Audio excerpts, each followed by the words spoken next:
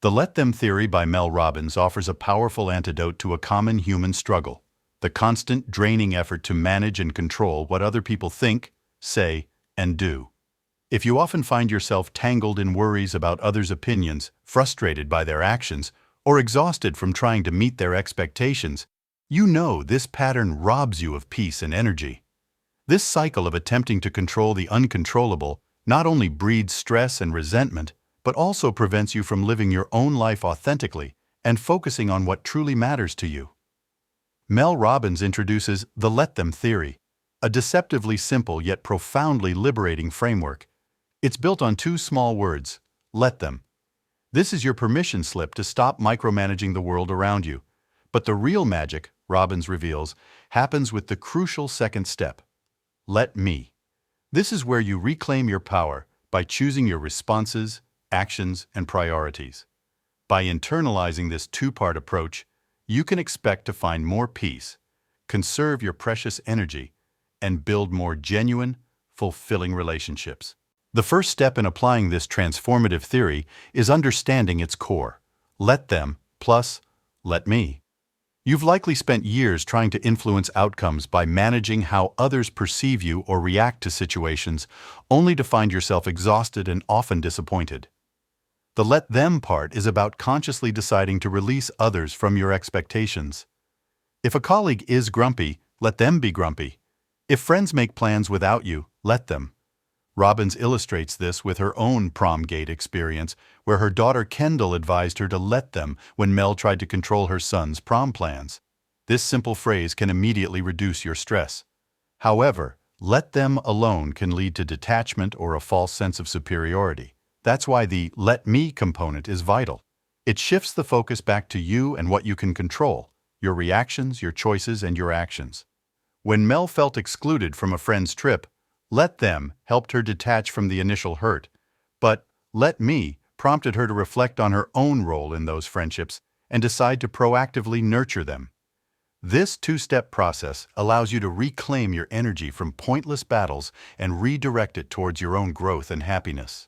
Next, consider how this theory can revolutionize how you manage stress. Life is full of daily annoyances, from traffic jams to inconsiderate strangers, and these can easily hijack your peace of mind.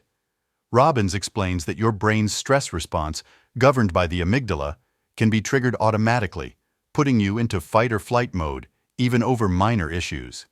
The let them principle helps you interrupt this.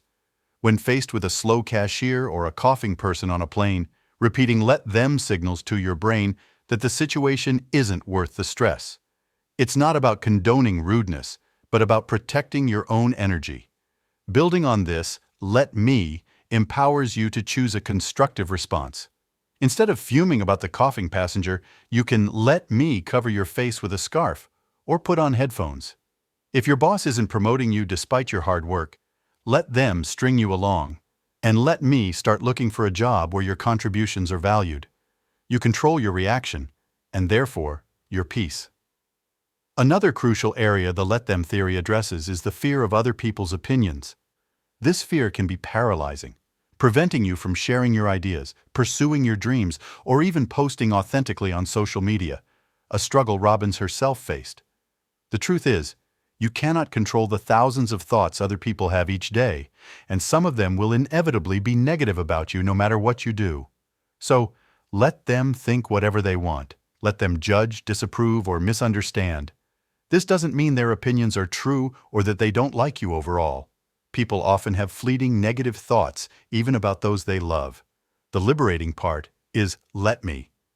When you shift your focus to let me live in a way that makes me proud, let me make decisions aligned with my values, and let me pursue what matters to me, their opinions lose their power. For navigating difficult family opinions, Robbins introduces the frame of reference tool, understanding why someone holds an opinion based on their life experiences, which allows for empathy even if you don't agree. Dealing with other people's emotional reactions is another challenge where the theory shines. Adults, Robbins points out, often exhibit childlike emotional immaturity, resorting to guilt trips, silent treatment, or outbursts when they don't get their way or can't process their feelings. It's not your job to manage or fix their emotions. When someone throws an adult tantrum, let them. Picturing them as an 8-year-old can foster compassion instead of frustration. Then, let me be the mature adult in the situation. Let me decide if and how to respond. Let me protect my peace. And let me set boundaries.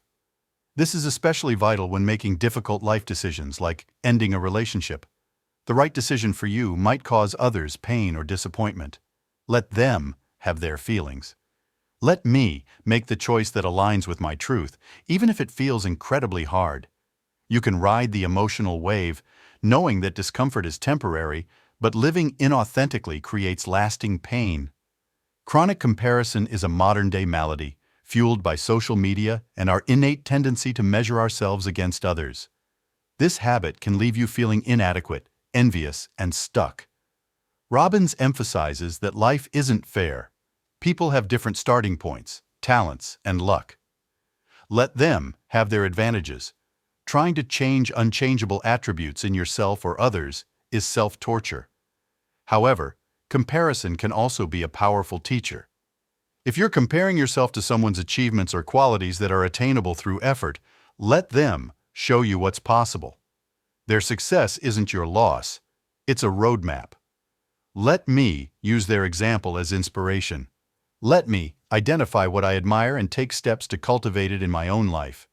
Jealousy, when reframed, can be a powerful motivator, signaling what you truly desire and highlighting the work you need to do.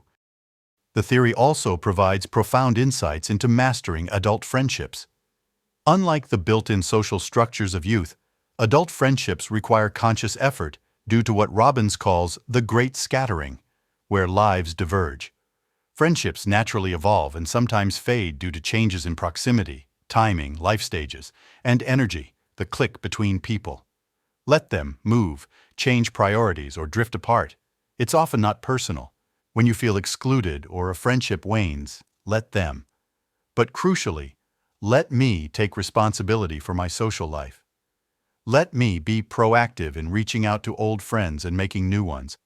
Robbins shares her own experience of moving to a new town and feeling lonely, then transforming her social life by adopting a go-first attitude, being the one to say hello, compliment others, and initiate plans without expectation.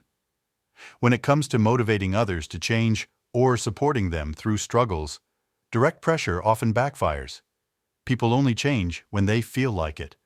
Let them be on their own timeline. Forcing the issue creates resistance. Instead, let me use my influence. Model the behavior you wish to see, and make it look positive and rewarding. For deeper influence, Robbins offers the ABC loop. Apologize for past pressure, and ask open-ended questions to help them see their own disconnect.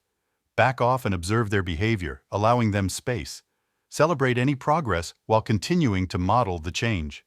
When supporting someone struggling, let them face natural consequences unless dangerous, as this is often part of healing. Don't rescue or enable. Instead, let me offer support with clear conditions, especially financial, and let me create an environment conducive to their healing by offering practical help without taking over their responsibility. Finally, the let them theory is invaluable in choosing the love you deserve. In dating and relationships, people's actions reveal their true feelings and intentions far more reliably than their words. Let them show you who they are through their behavior.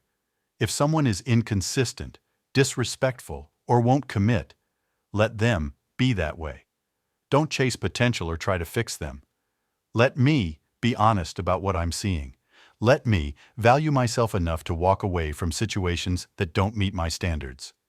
For commitment conversations, focus on what you want and the value of your time, not on convincing the other person. If a relationship is fundamentally incompatible with your core values or dreams, let them go, even if it's painful.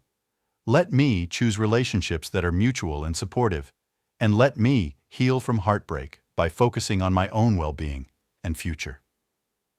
The main takeaway of the let them theory is that your greatest power lies not in controlling others, but in controlling yourself, specifically your reactions and choices.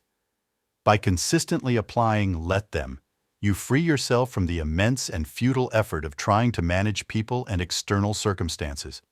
This creates space for Let Me, the empowering practice of taking responsibility for your own life, decisions, and happiness. This dual approach allows you to conserve your mental and emotional energy, reduce stress, build healthier boundaries, and cultivate more authentic and fulfilling relationships, ultimately leading you to a life lived on your own terms with greater peace and purpose. All right, that's a wrap on today's summary. Thanks for listening.